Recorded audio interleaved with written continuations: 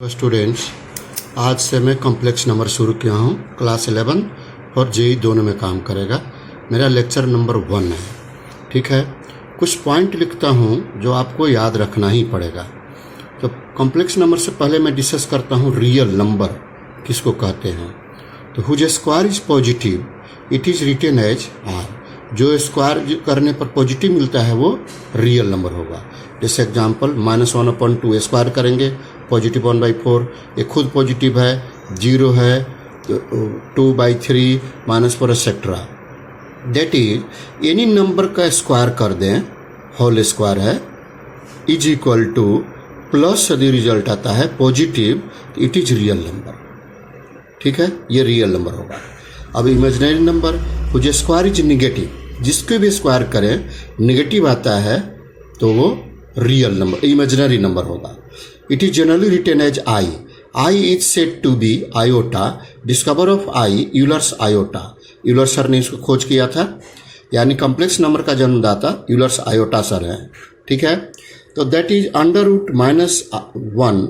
इसको यदि मैं स्क्वायर करें, जैसे देख लीजिए रूट का स्क्वायर यदि हम करें तो क्या मिलेगा, निगेटिव मिलेगा। और देखिए यहाँ यदि √5 का स्क्वायर करें तो क्या मिलेगा, पॉजिटिव।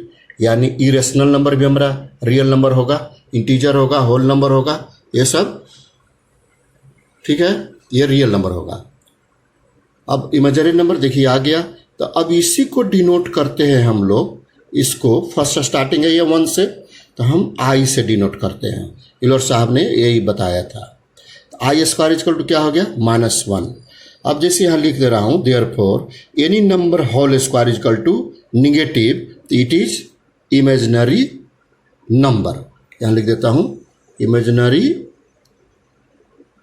नंबर। ठीक है, तो एग्जाम्पल -√2 इक्वल टू -1 × 2 लिख सकता हूँ, I/√2।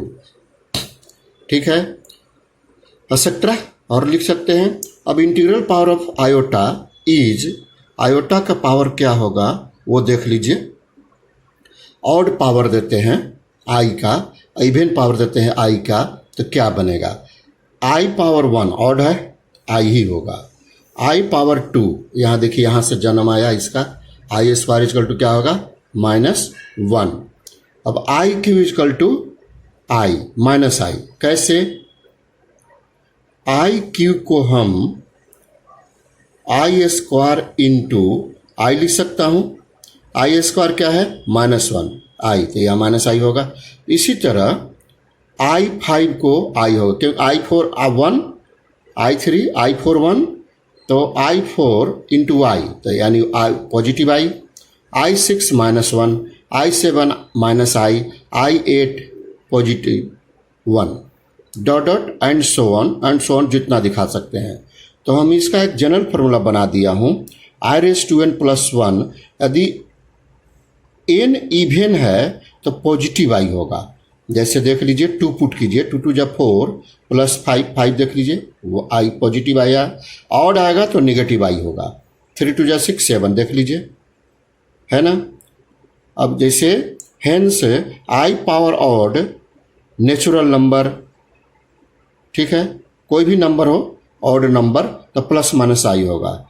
और इसमें I⁻n तो ऑड होगा तो -1 होगा। ठीक इसी तरह ऑड है तो माइनस है, ठीक इसमें भी I⁻n। क्यों, इसमें मैं इवेन पुट किया था तो 2n इवेन है, इसमें ऑड पुट किया था, 2n + 1 ऑड है। तो अब देखिए ऑड पुट करेंगे तो माइनस होगा, इवेन पुट करेंगे तो पॉजिटिव होगा। जैसे इवेन मतलब 2 पुट करता हूँ, पहले ऑड 1 पुट किया तो I स्क्वायर इक्वल टू देखिए -1। अब 3 2 पुट करते हैं, 3 2 2 4, ये देखिए 1 होगा। तो इवन नेचुरल नंबर तो पॉजिटिव, दैट इज I का पावर इवन है तो +-1 होगा। देखिए इवन है तो +-1 आया। कौन पॉजिटिव होगा कौन नेगेटिव, ये मैं लिख दिया। ठीक है स्टूडेंट्स, और एक चीज़ यहाँ लिख देता हूँ, कहाँ लिख दूँ मैं,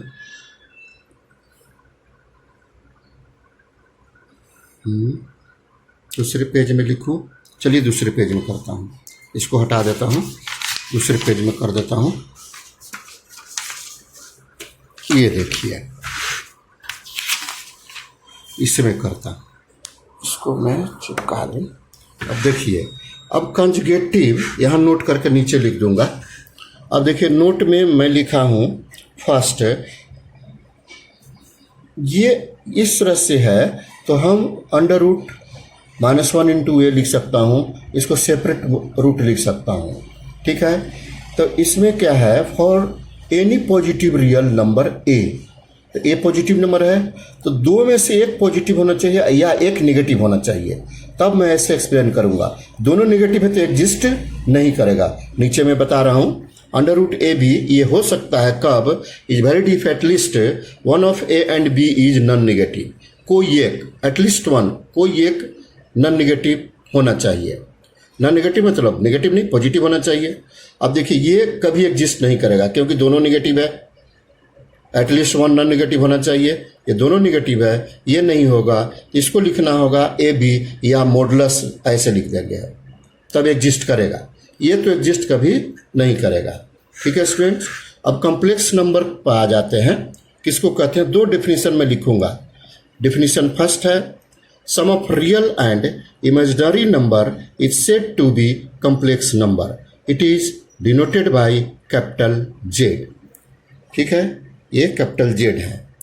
अब that is Z is equal to A plus I B, तो ये ऑर्डर पेयर में भी लिख सकते हैं, ये ए माइनस आई बी, इसको ए कॉमा माइनस बी भी लिख सकते हैं इससे।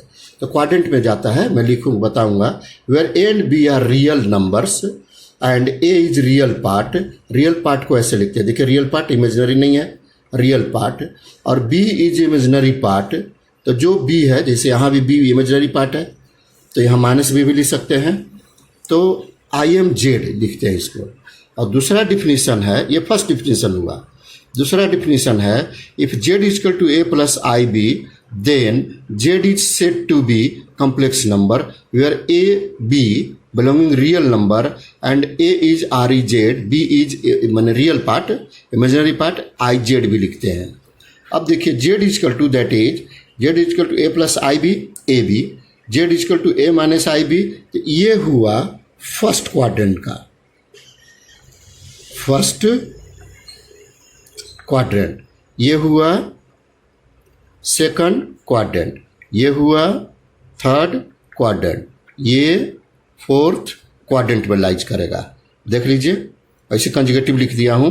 और अब एक नोट करके लिख देता हूं स्टूडेंट्स,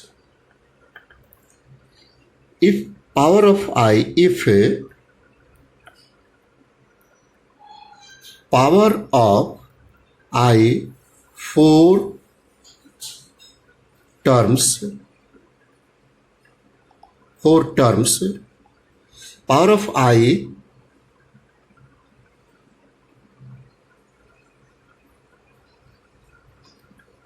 consecutive 4 terms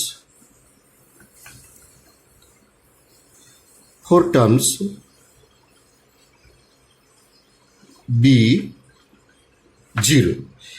जैसे यहां समझा देता हूं, I raise N plus I raise N plus 1 plus I raise N plus 2 plus I raise N plus 3, तो इसका आंसर हमेशा 0 होगा। अब देख लीजिए कंजुगेटिव पावर जैसी होगा, कंजुगेटिव पावर होना चाहिए आई का 4 टर्म, 4 टर्म्स, 2-3 टर्म नहीं होगा, 4 टर्म में होगा, तो ये 0 होगा, ठीक है। फिर यहाँ भी लिख के दिखा देता हूँ, जैसे i plus i2 plus i3 plus i4 0 होगा, या i40 plus i41 plus i42 plus i43 is equal to 0 होगा। कैसे होगा वो भी डिस्कस कर दूं। देखिए i40 कॉमन ले लीजिए, इसमें से भी in कॉमन ले लेंगे, अब फिर यही आएगा, ये बचेगा, ठीक है, in कॉमन ले लेंगे। तो ये थोड़ा ध्यान रखिएगा, ये मेन फार्मूला में लिख दिया हूं, ये आइडेंटिटी हो गया, इसको याद कर लीजिएगा।